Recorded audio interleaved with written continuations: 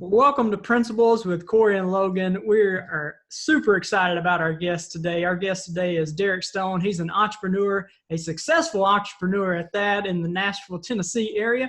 But he's also come out with a book that's on pre-order right now. And I just want to say welcome to the podcast, Derek. Thank you, guys. I appreciate you having me. Yeah, well, Derek, let's jump right on in. Tell us a little bit about your background. Both of us are from North Mississippi area, Baldwin, but you find yourself in Nashville. How did you go from Baldwin to the big city of Nashville?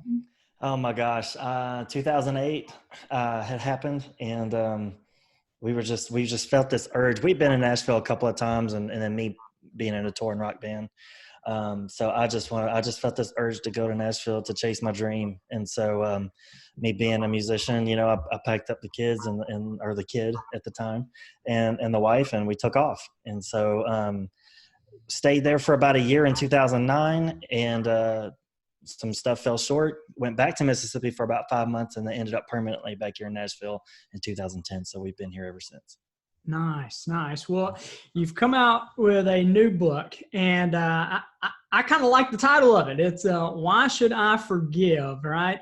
And can you tell us a little bit about the book, but why the title like that? Because Why Should I Forgive came from me. It came from a place of discontent and anger, matter of fact. In this situation of how my forgiveness journey came about, it's a whole big old story. So I just think it's really unique how that question, I want to say, God asked me a question, and I truly believe that I've heard this voice audible 3 times in my life. This was the second time I heard it. And it said, Derek, I want to use you, but I can't because you have this bitterness towards your dad. Wow. I was at a conference in Mississippi, in Tupelo, actually. And I got just angry, like, why should I forgive him? That's the question I asked. That's the statement I made towards that voice, and then all of a sudden, all the memories started coming back through my head like a time-lapse video on high speed. My heart started to elevate. My fist began to clench. And, it was because of him that I didn't know where the next meal was coming from, not paying child support. It was because of him not being there, and us having to take cold showers and candlelight. And I was sexually abused by my stepdad, because I felt like it was my dad's place to protect us, and he just wasn't there, didn't know what was going on. And so all that anger and resentment just building up. And like I said, my fists are clenched, and that voice came back to me as if I didn't just holler at it. It came back to me and said, but I'm the father to the fatherless. And I wanted to know what that was like so bad, for somebody to tell me that I had what it took, that I was enough.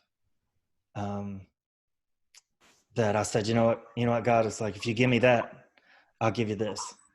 And so I, 2 hours of being broken and crying on the floor in that church. I almost walked out until I heard that voice, because I was so mad and angry and bitter. And so after that, I got up, and I had been living behind this facade that everything's okay.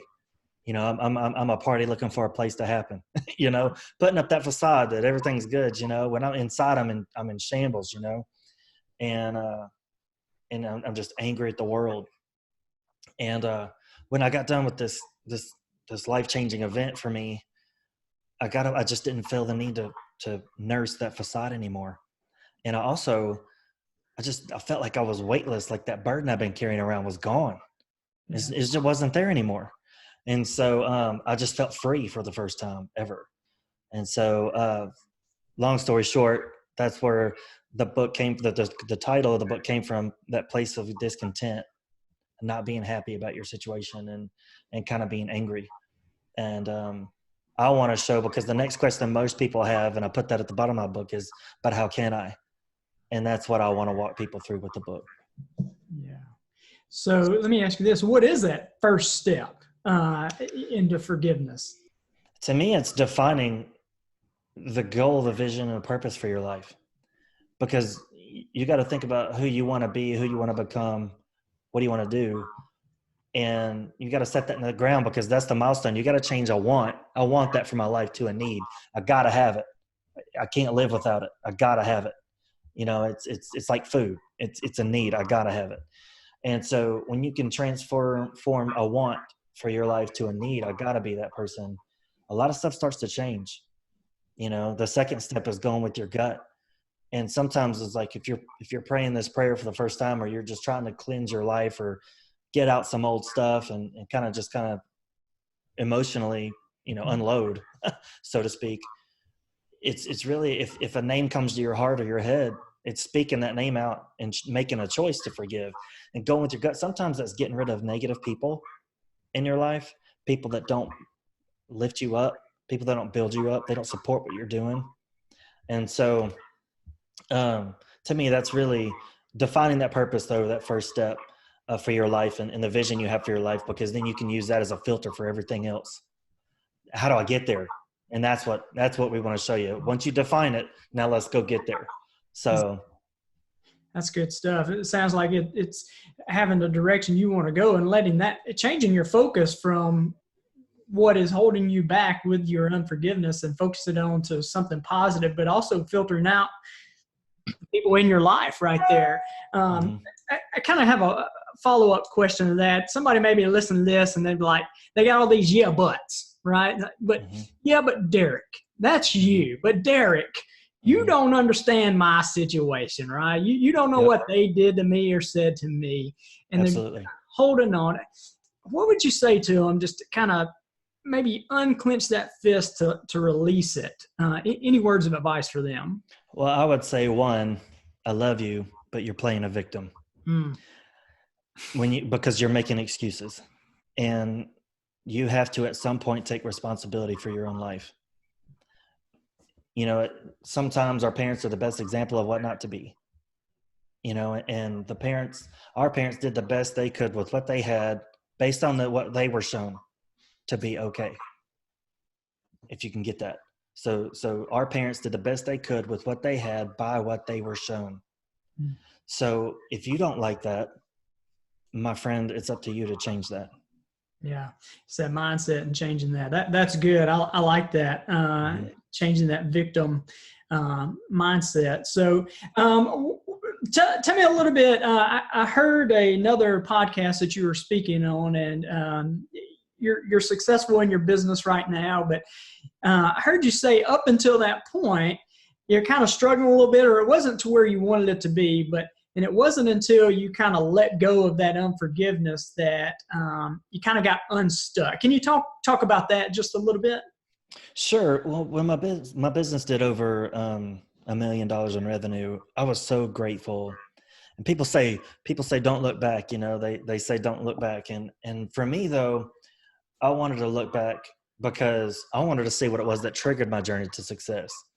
And all the roads pointed, one, getting a biblical blessing from my father. You hear the Abraham, Isaac, and Jacob, those stories, and how they all got blessings from their father. I wanted that from my dad. And when I forgave my dad when I was 19, I began to pray that God would restore that relationship. And 6 years later, one day, my dad called me up in the middle of the deer woods in North Mississippi, and deer were everywhere but in my scope. And he said, "Hey, Derek, you got a chance to talk?" And I said, "Yeah." I said, "I got some time." And he said, he goes, "Look, I want to be in your life. I want to be in my grandkids' life. And I don't want to be known as somebody who walked out on their kids." And he said, "I just want to ask if you'll forgive me for the way I've treated you guys for the past 10 years. Wow. And for me, I just put a big smile on my face and was like, "Dad, I forgave you a long time ago, but I've been praying for this day for a hot minute, And so we went to Christmas together, and we did Thanksgiving and all that kind of stuff. And I really just got this feeling to like, hey man, ask him for this blessing. Nobody else is going to ask him. So I was like, okay, cool. So I asked, and he said, let me pray about it. Cause my dad's a God-fearing guy and has a ministry and all that. And he said, yeah, let me pray about it for a month. He called me back and he says, are you ready? And he spoke over me. I went outside and he spoke over me, Deuteronomy 18. And he says, may your fields be blessed, and you won't be the borrower, you'll be the lender, and all these huge blessings. Man, I felt like I was getting knighted, dude, like freaking dun dun dun, I just arrived, you know what I'm saying? And so I could tell her tail with a water pistol, man. It was great. And so that moment, something changed. I mean, something changed. I don't know what it was, like I said, but something changed in me. And that's when I said, God, there's got to be a better way to do this. And I slipped across the first motivational book I ever got was John Maxwell's 21 Irrefutable Laws of Leadership. The second one, which that book led me to, Andy Andrews, The Traveler's Gift. Dude, that's my number one book. That is my number one book too, man, because that book changed my world. The 7 Decisions for Personal Success. And then I went through the journal, and for 30 days, I put one of those in my heart, and I would just, for 30 days, I just chew on it and meditate on it and pray on it. And I started to see a shift, and there's no get rich quick schemes. And that's what I was doing. I was trying to get rich quick. And it does nothing out that there's something to be said about hard work. Yes, work smart, but sometimes you got to go to work. I call it put my tool belt on. Sometimes I got to go put my tool belt on. I'm a general contractor in Tennessee, Nashville, if you guys didn't know that. So yeah. That's good stuff. I want real quick. I know Logan's got some great questions for you on kind of going back to the forgiveness, but on the Andy Andrews book, that is my number one book. And then next is like Think and Grow Rich and 21 Laws and all that good stuff. But that chapter in The Traveler's Gift, where he's talking to the angel Gabriel, really changed my thinking around ideas and inventions and potential, but also kids, and I hope this has piqued anyone's interest that has not read that book to find out what I'm talking about. But that has literally made a shift in my thinking on, when you have an idea inside of you and you don't bring that forward. So anyway, one of my favorite books. So. Yeah, for sure. Mine too. It's up there. It's on my nightstand. I haven't read it yet because Cory told me to get it. So it's on it's on the short list. There were a couple of, I think, pretty key things that you've touched on through several answers that I don't want people to gloss over. And some of them go along with some things that Cory and I have talked about quite a bit. And then one of them was something I don't think we've touched on before that I think are really some keystone things. One, the first step for you seemed to be getting clarity on what you wanted. That's something that's one of the first things Cory works with people on, and I think it's just really pivotal, is getting crystal clear on what you want and where you want to go. Second, you touched on personal responsibility, and that's something that I think is missing in a lot of places in society and culture today. And you're not going to achieve that vision if you don't take a big level of personal responsibility, especially in a time like right now. There are people that are pouting and that are victims with the economic repercussions that the coronavirus has kind of given us all to deal with. And there are people out there that are playing this hand like it's the one that they wanted. And the other thing, and one that I think people miss on a lot, is that you decided to focus on what you want to be and not what you don't want to be. I think that's I've learned more about that working with Cory and kind of being able to articulate it a little bit better through reading some books with him and learning the importance of what you feed your subconscious mind to go meditate on. But especially if you're dealing with a parental situation where certain things weren't modeled the right way, or if there was abuse, or you constantly see people that say, I'm not going to turn out like my dad, or I'm not going to be like my mom. And then when they're 35, they're exactly like their dad, or they're exactly like their mom, because they spent time thinking what they didn't want to be. And those are the thoughts that they fed their subconscious mind, where you flipped that switch and you said, here's what I want to become. Here's where I want to go. I'm crystal clear about it. I'm going to take responsibility for it. And that's how you were able to move forward the right direction. So I don't want people to miss that because that's really important. I'll take that a step further with what you said, is that I had that it was like God was already doing this and I wasn't paying attention to it. It wasn't until I forgave my dad until I actually saw the writing on the wall, which was God had put me in 5 men's lives and 5 families that I was like adopted. Dude, I saw how they solve conflict with their spouses, how they discipline their kids, how they love God, how they prayed, how they led worship, or how they were a contributing member to society, and how they ran their business. I mean, I got to see all those other examples. And Andy Andrews says, man, you hang out with chickens, you learn how to scratch at the ground. You hang out with eagles, you soar to great heights. And and this is why I say step 2 is like kind of going with your gut. Sometimes you got to look around. You got to look around and say, man, that dude, what is he doing? You know what I'm saying? Like, and you gotta, some people you gotta lovingly let go and kind of cleanse your surroundings and what you're doing. And some people are going to look at you like, you're doing what? That person did this to you. Are you kidding me? You're going to forgive them? That's not helping you. They're hurting you.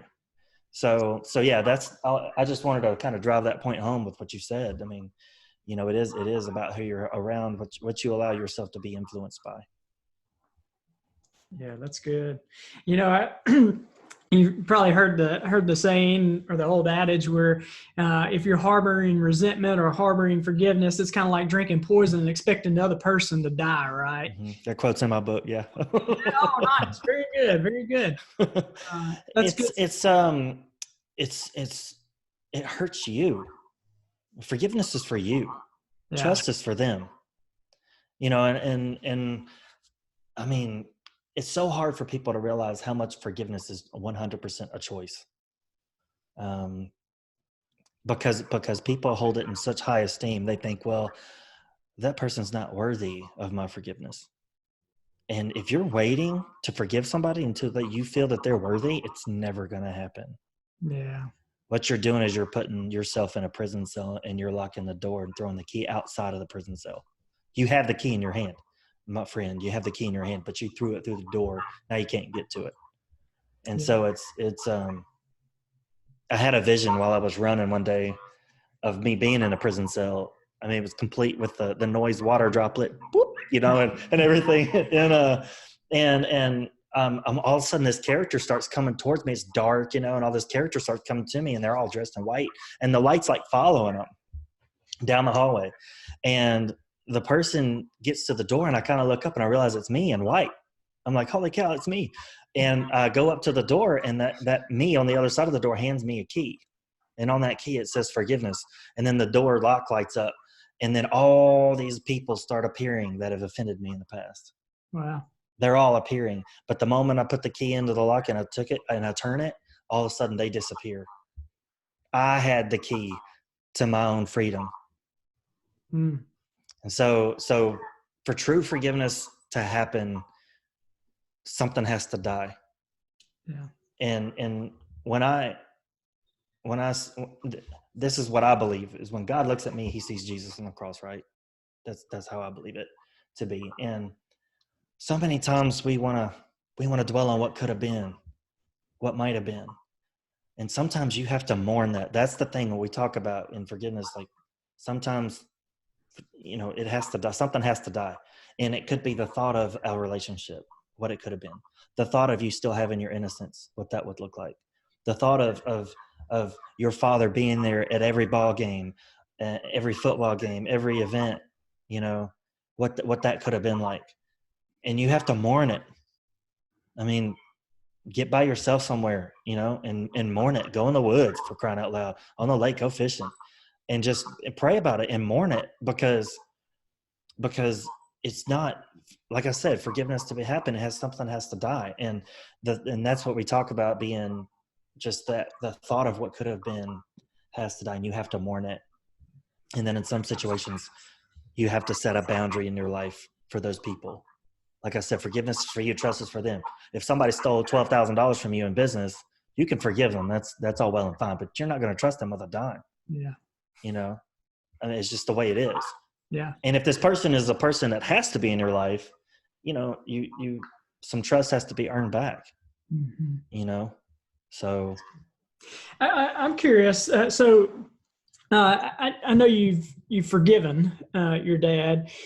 Do you feel like that's a one and done type thing, or is it almost like an ongoing process to where sometimes those feelings come back and you have to put them to death again? Or for you, has it been just almost a one and done type thing? It's a one and done for me. I will tell you that it's a muscle. The more you flex it, the better off you're going to be, the more weight you can lift with it. Right. So, I will say that, what happens, like I had a situation in business happen, and I was angry, man. I was absolutely angry at this guy, and just furious, man, like so mad. And I told myself, I'm not gonna go to sleep like this. I can't go to sleep. I refuse to go to sleep. So I started reciting it. I forgive this dude. I forgive this dude. I forgive this dude. The second day, I didn't feel like I forgave the dude. I still was just as mad the next day as I was the day it happened. And so I kept saying, I forgave that dude. I forgive that dude. I forgive that. Same thing the next day. You know what? The third day or fourth day started happening. I started to feel like it. All right, you are forgiving this guy. You know, it's happening. You're forgiving this guy. Day 5, 6, 7, I'm like, all right, cool. It's cool. And then two weeks later, you know, I had a conversation with him. And I didn't have any of that bitterness, any of that anger wasn't there anymore.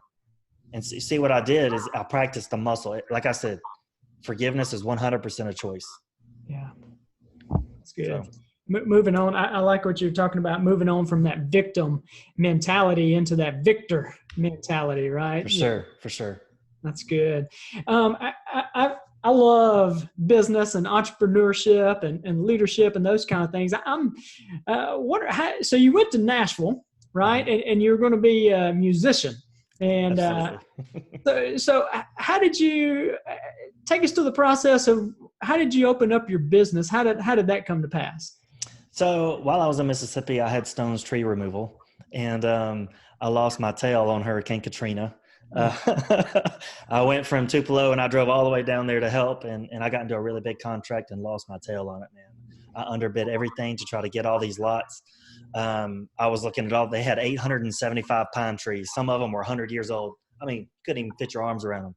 So I was just thinking about the weight. I was like, I was going to buy a $16,000 piece of equipment and come out with 35 grand in my pocket, straight up pocket. I mean, because there was that much wood on the ground. Well, I got down there and I underbid the lots. Nothing worked out. Gas was $1 difference than it was in Tupelo. So, man, I've spent $450 in 2 days in gas and diesel. It was ridiculous. So lost my tail, had to get out of the contract, had to pay to get out of the contract. On the way back, the truck blew up. So I had to pay to have the truck fixed. So like I said, it was terrible. So that wasn't my first rodeo, but what happened was got to Nashville, started a band, got the band going, and was having some success, man. And what was the problem was that I've been doing this for 12 years, and I had a newborn and a 4-year-old at home. And it just became, I kept canceling all these family events to go play shows that, like, either the venue would cancel or a band would cancel, and half the crowd wouldn't show up. It was just really getting frustrating. And so I was just like, man, something in my life has got to give. And I got into construction post 2010 flood. And so I met a guy, a general contractor, a small group, and I said, dude, you guys need any help? And he's like, absolutely, man, we're covered up. I was like, cool. So I interviewed with them. They gave me a job making more money than I'd ever made, $15 an hour, which is hilarious. Because I'd worked with Chick-fil-A for 7 years. So I'd only made, like, when I left Chick-fil-A, I was making like $12.50 an hour or something like that. So more money I'd ever made. And I was learning this process. Well, he said, hey, do you know how to do hardwood floors? And I'm like, no. And he said, let me show you. Hey, you know how to do tile? No. Well, let me show you. And so I started doing all that stuff for them. Well, then another guy found out about me, said, hey, man, I'll pay you $20 an hour to go punch these houses. I'm like, okay. So I started punching houses for tract home builders and realtors. And so the punching, what I mean is not literally punching, it's when you do a walkthrough on a house before you're fixing to buy it, and they say, hey, what all you want fixed? They write that down on a list, and they call that the punch list. Well, they hand it over. They find a guy like me or some handyman, and they do the punch list. We specialize in that for tract home builders and realtors in Nashville. I have 20 guys that work for me now. We work for over 5 builders right now. And so doing over $1 million in revenue a year. So it's pretty crazy. Wow. That's awesome, man. That's awesome. A couple of things that I heard within that was, one, your willingness to say yes to an opportunity, Absolutely. do you know how to do hardwood floors? No, but I can learn, right? Absolutely. How to do tile? No, but I can learn. Yep. And then the other thing, going back to when you were talking about forgiveness, that I picked up on as well was learning the lessons within the experiences, right? So it sounds like you've been digging and you found the gold in there, because the experiences, there is gold and there is diamond within that, but the only way we find it is to go back and reflect on those experiences. And it sounds like you've kind of done some of that. It sounds like, do you have maybe some habits or anything like that that have kind of helped you in your career, but also helped make you successful? Things like that. Taking time. Yeah. One of the couple of the things that I really like to do is have some you time. Whatever that looks like. For me, I love going fishing, hunting when it's season. I like going hiking and stuff like that. But sometimes it's just getting up in the morning, having a cup of coffee, and just 30 minutes to yourself, just in prayer, meditation. I kind of got it through that. One thing that has really served me really well is perspective. And I love Andy Andrews again. His book, The Noticer. Man, it taught me the value of perspective, man.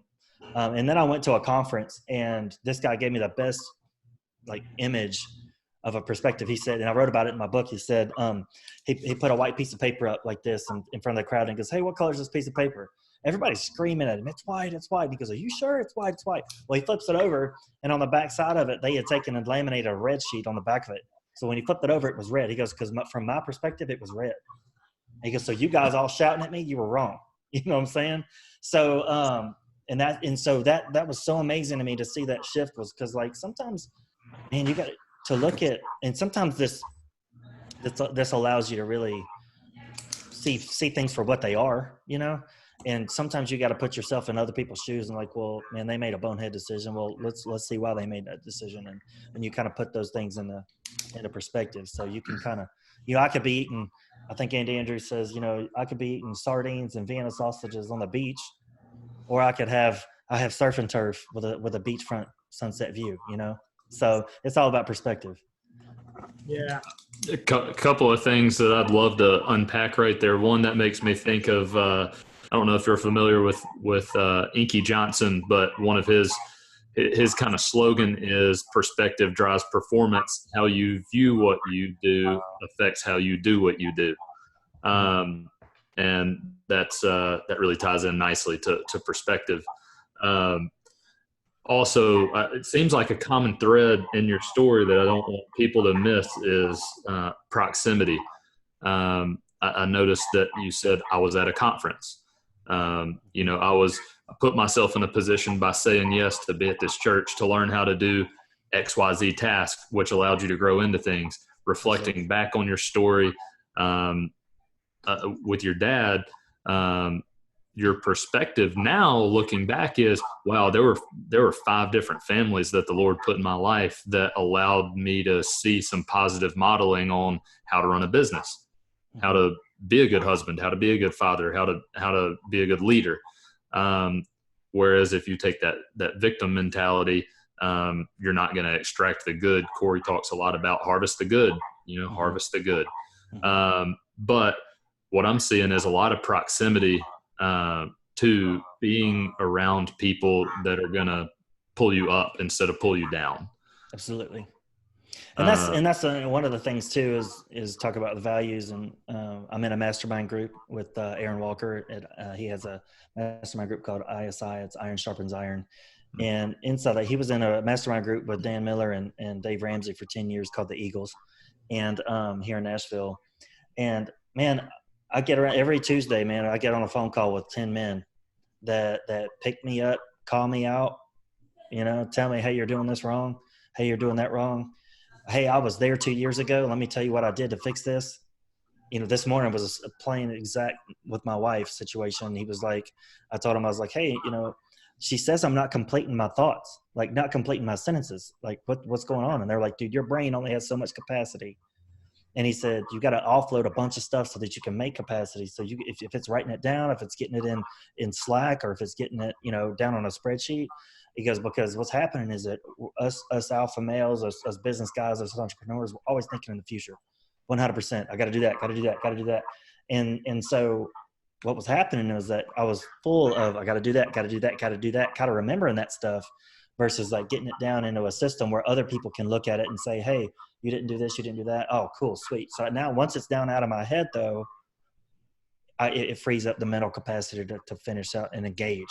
That's one thing that really this morning, just in the mastermind group, man, surrounding yourself with people that have been there. I will tell you, when I got to over $1 million too, I got to a point where I was fearful, like completely scared to death. I have no idea what I'm doing.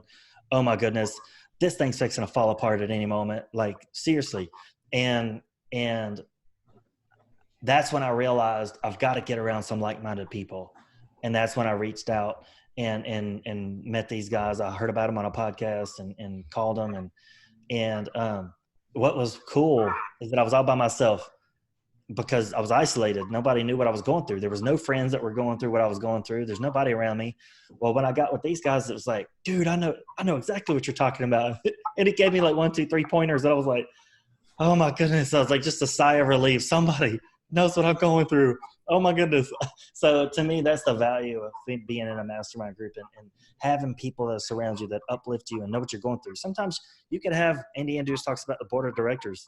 You can have those people in your life and you don't have to tell them, you could just call them out and seek some wisdom and every now and then, and, somehow give back to them. But yeah, man, it's just all about who you're letting influence you and who you got around you.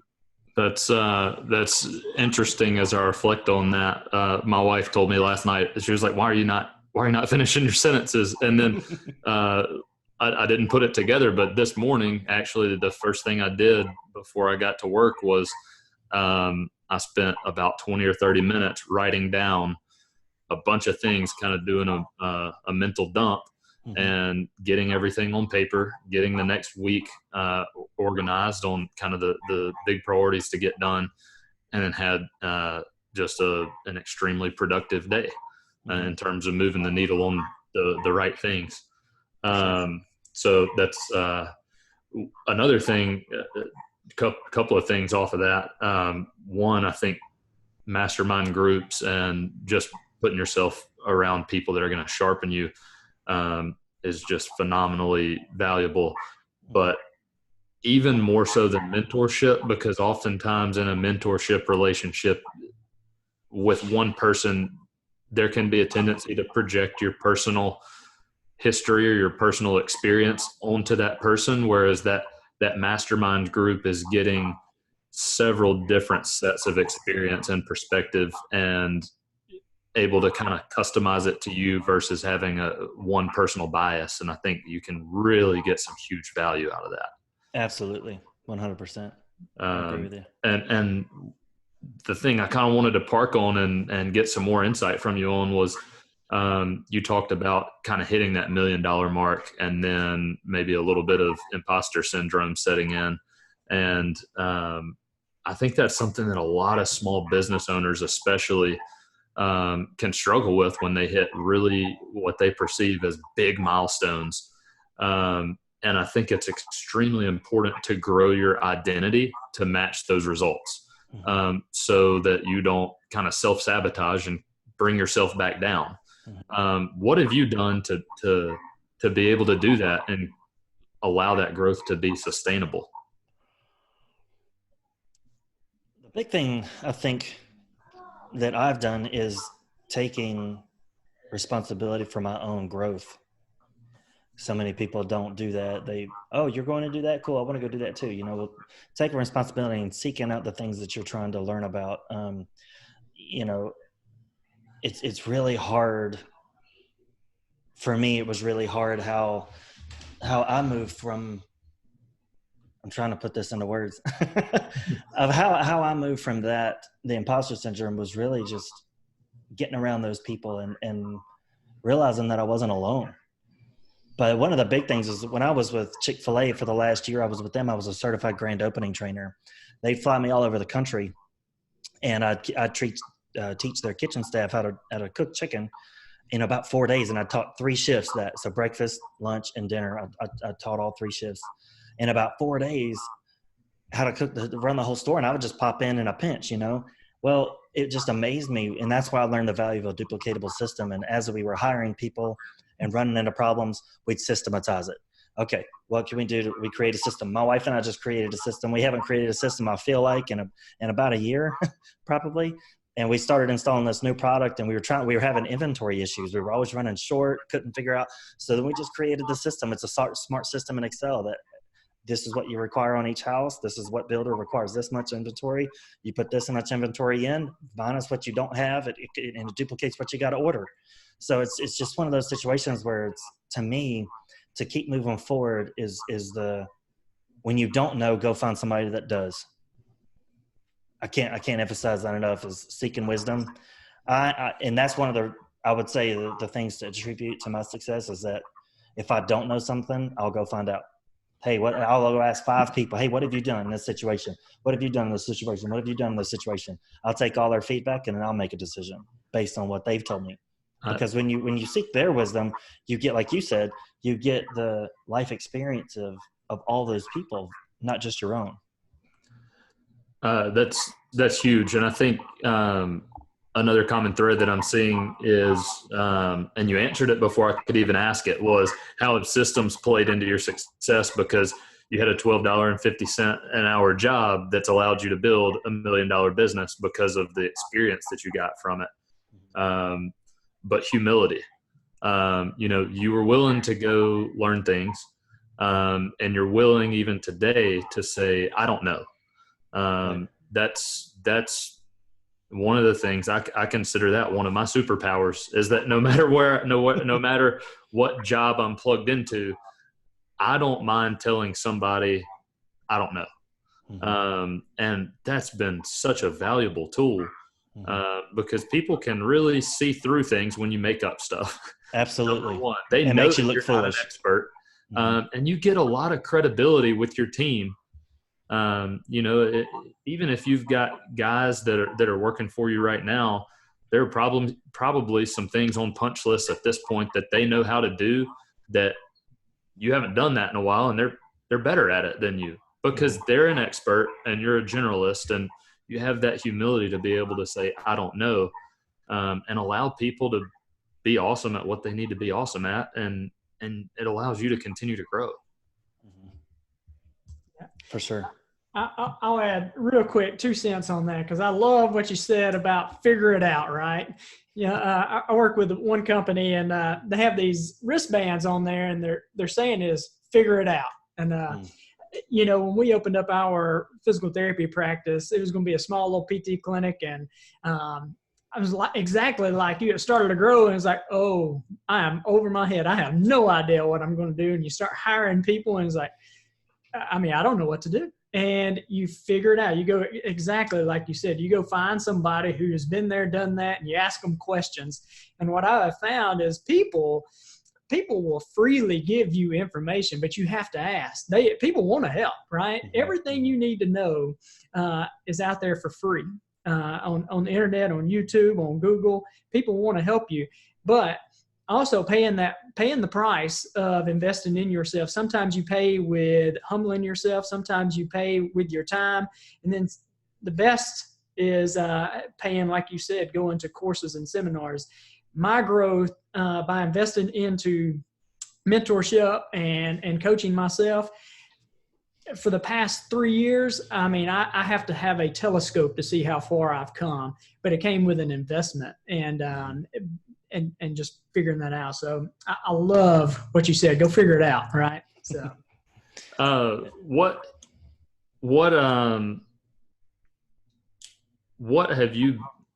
has allowed you to be able to go from, when you started this business, you were doing a lot of the work yourself, or all of the work yourself, to now you've got 20 people that are working for you? That means that your job within the company has changed a lot.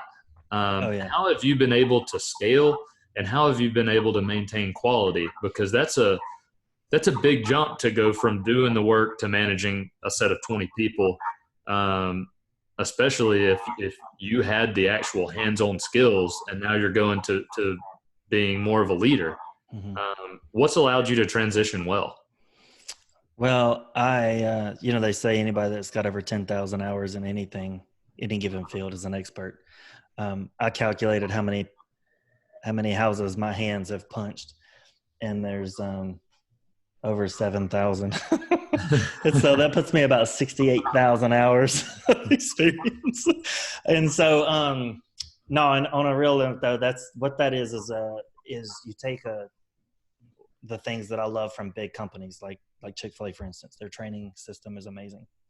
And I started doing videos, and then I started training things that weren't necessarily, say for instance, a guy would come in and he'd have general knowledge, right? He'd come in and work for me. Well, we started noticing that I got 15 phone calls when I'd hire one guy, the first guy, matter of fact.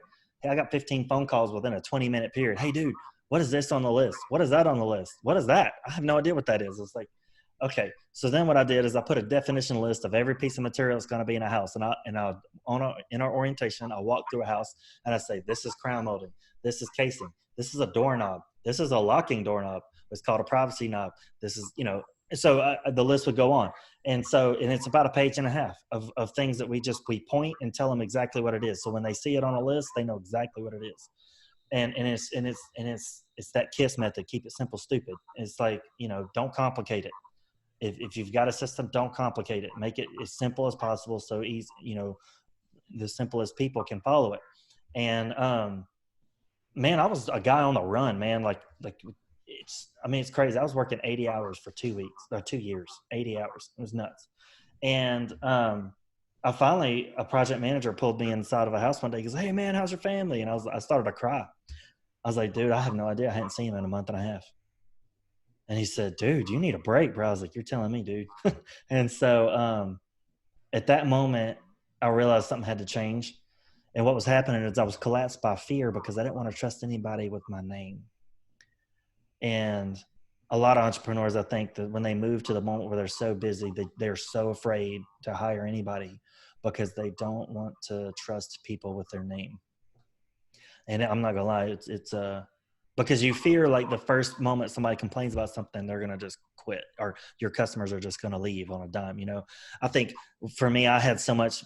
I guess I had so much morale or whatever you want to call it with these builders that, I'd hire a guy and they were like, yeah, that dude's good at that, man, but he's terrible at that. They kind of overlook it and they tell me, and then I would go train that thing, And so our training is crazy, man. Now we've got like a drywall 101, an advanced drywall, a trim 101, an electrical 101, a plumbing 101. We just take everybody. And what we found out was most people that had the skill anyway were like alcoholics, or they'd be on drugs.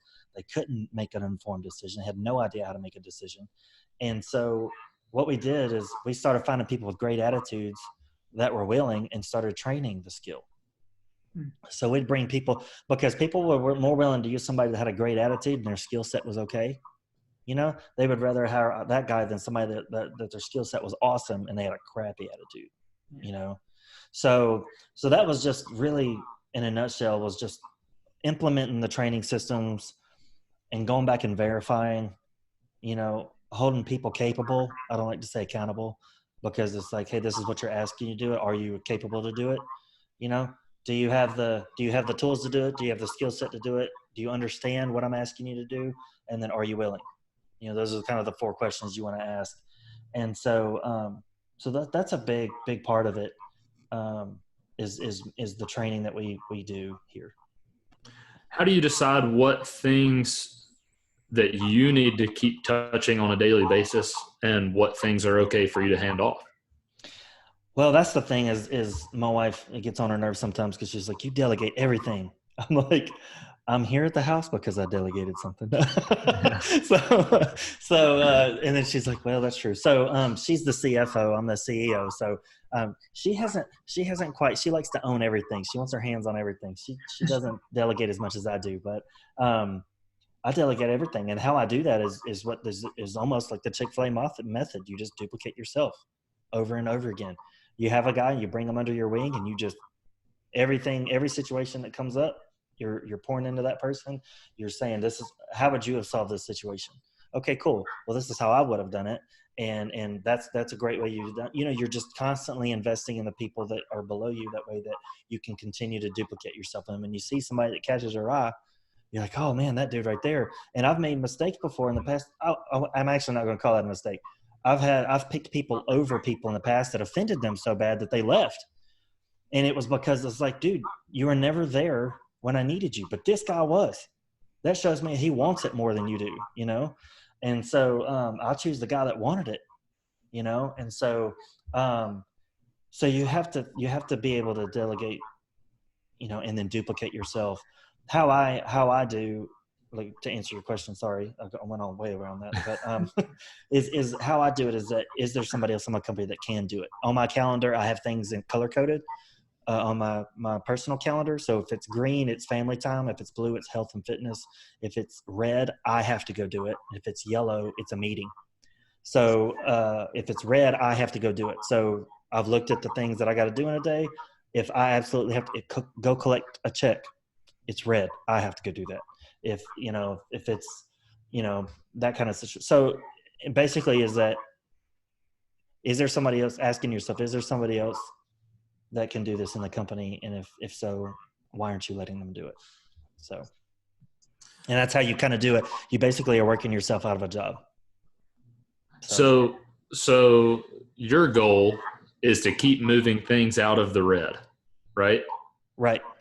So how do you decide when it's time to let somebody else be the person that does a final walkthrough with the client and collect the check? Or how do you decide when it's time to hand off tasks like that? How do you identify that next person? How do you decide the business has reached a new tipping point where you've got to hand off a couple more things that are red? There's a couple of guys in my company right now that one of them I've mentored for 5 years now, and he's kind of my right-hand guy. He'll go do estimates. I'll kind of take a look at those estimates before he sends them. And then I'll let him go collect deposits and things like that. He's really good. And I've actually trusted one other guy with that, but in the situation with these builders, sometimes, it's just one of those things where you want to keep a relationship going with your clients. And so sometimes it's about a relationship. It's not about going and getting a check or delegating it. Sometimes it's, hey, they need to go see my face and still know that I'm the guy, mm-hmm. I'm the guy. Even though they see these other two guys, they still need to go see my face every now and then. And so I try to do that as much as possible. But, and that's one of those things. If it's not maintaining a relationship, then I will let them a lot of times go. Oh, that's good. Sounds like you have a method that you use that with, and there's one that I kind of like to use personally. It's what is required of me? What do I have to do? That's your red, right? What is my reward? What do I actually like doing, right? What fulfills me in my job? And then what gives me the greatest return? So asking those three questions, those are the things that as a leader I try to focus on. And it sounds like you've got have a method with that as well. And I hear you. I think your business has gotten there because you've invested in your people too. I think that's mm-hmm. key as well. So yeah, and that's one of the reasons why I love this whole situation with this book, and I'm so excited about it, is because I learned my passion in life through this business is to empower people to change their own situation. That is empower people. Sorry, I messed that up. So empower people to change their own situation. And in the book, As a Man Thinketh, he says, a stronger man can't help a weaker man unless the weaker man's willing to be helped. And so sometimes you got to filter through a couple of guys that aren't willing to be helped till you find the one that does want to be helped. And then that's the ones you invest in, right? Because they want it more. Mm-hmm. And so, I mean, I want to help these people so bad, dude. I put in my training manual, it's around here somewhere. In my training manual, I have those 7 decisions by Andy Andrews in the back of it. Oh, that's so I tell him, look, I'm handing you a piece of gold here. What you do with it is up to you, but I would encourage you to read it because I'm telling you, it's some gold here. And so everybody looks at me like they're crazy. What is this guy? Is he doing drugs, And I'm just like, so I kind of laugh, but and it is And that's what I want to do with the book as well is with my own business, is that my business, my current business has showed me that, and we've been celebrating in September, we'll celebrate 10 years of being in business. Wow. So it's pretty exciting. And to be able to empower, I've had 3 guys coming out of my company. They're all out on their own now and doing their own thing. And that is so rewarding. People look down and like, oh, you don't want them to leave. Man, you want them to leave. I mean, yeah, you hope that they don't, but eventually they're going to, right? You have a cap financially of what you can pay somebody. So they may be able to go out and make more money on their own, and that's completely fine. At that point, that's their decision to go make, I had to make that decision one day, and so I had to say, look, I can make more money out on my own than I can with you, sorry, buddy, I got to go. So, it just is what it is. So it's just all part of this, the growth. You're always growing. And if you're not, you're dying, right? If you're not always growing, you're dying. It's the same energy that makes an acorn an oak tree. Yeah. It takes time. That's right. I love that. I love that. And you can't, if you're listening, you can't see what's behind me, but if you're watching, you can. That's level 4, people development, where you're developing other people who are developing other people. I love that. Well, we touched on a lot of different things there, Derek. Any other thoughts that you really want to hammer home whenever it comes to forgiveness and why I should forgive that we haven't touched on? A lot of it is surrendering the outcome. I want to just drive that home. Surrendering the outcome is sometimes we fight battles that just aren't ours. Yeah. And a lot of the peace that comes from forgiveness is the fact that God's going to take care of it, And if you don't believe in a high power, you'll start believing in what you're surrounded by. So, that's the thing. And then following all that up with gratitude. If you can't be a happy, grateful person if you're bitter, angry, and resentful. And to me, happiness and gratitude are 2 different sides of the same sword of joy. If you want to, happy people are they're joyful people. They're just not bitter, angry people. They're just not. That's good stuff. Well, what about if someone was interested in getting the book, how did they get the book? And if someone wanted to reach out to you and connect with you, what would be the best way to do that? They can go to derekstone.online, which is DEREK Stone, STONE.online. I have all my Facebook feeds are there, so you can jump on the Facebook and I'd love to start a chat with anybody about what you're going through or anything like that. And then, my Instagram is there as well, and then they can grab a copy of the book as well there. Awesome. Yeah, definitely go out and get that book and share it with a friend or family member. I know it's going to be great. Right before we wrap up, I think Logan has 2 rapid fire questions he likes to ask, if you don't mind asking those real quick. Yeah, love to hear something that over the past 5 to 10 years, something that you knew to be true, that you discovered was not true, either in life or business. And that's such a hard one. I haven't been able to think of it yet. I genuinely want to help people, but people always don't want to be helped. When I was younger, I thought everybody wanted to be helped, and that's not always the case. That's good. Mm-hmm. That's good. If you had a billboard that everyone in the world would see, what would your message on it be? It would be the last line in my book. And it was actually written by my wife. She kind of put the icing on the cake. But it says, whatever is your why, choose to forgive.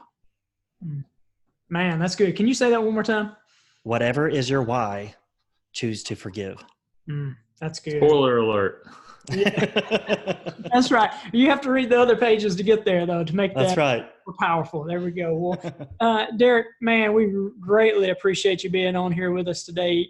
I think this is going to add a ton of value. I think the book's going to add a ton of value to people. I think it's a great message that needs to be heard. And thank you guys for taking a listen. I hope this has added value to you. And if it has, feel free to share it with a friend or family member, like, subscribe. And Logan, you want to close us out? Yep. As you go about your week this week, ask yourself, would you recommend yourself as a spouse, a partner, an employee, a team member, a son, a daughter, a parent? Would you recommend yourself? And that'll change the way you live your life. Thank you, guys.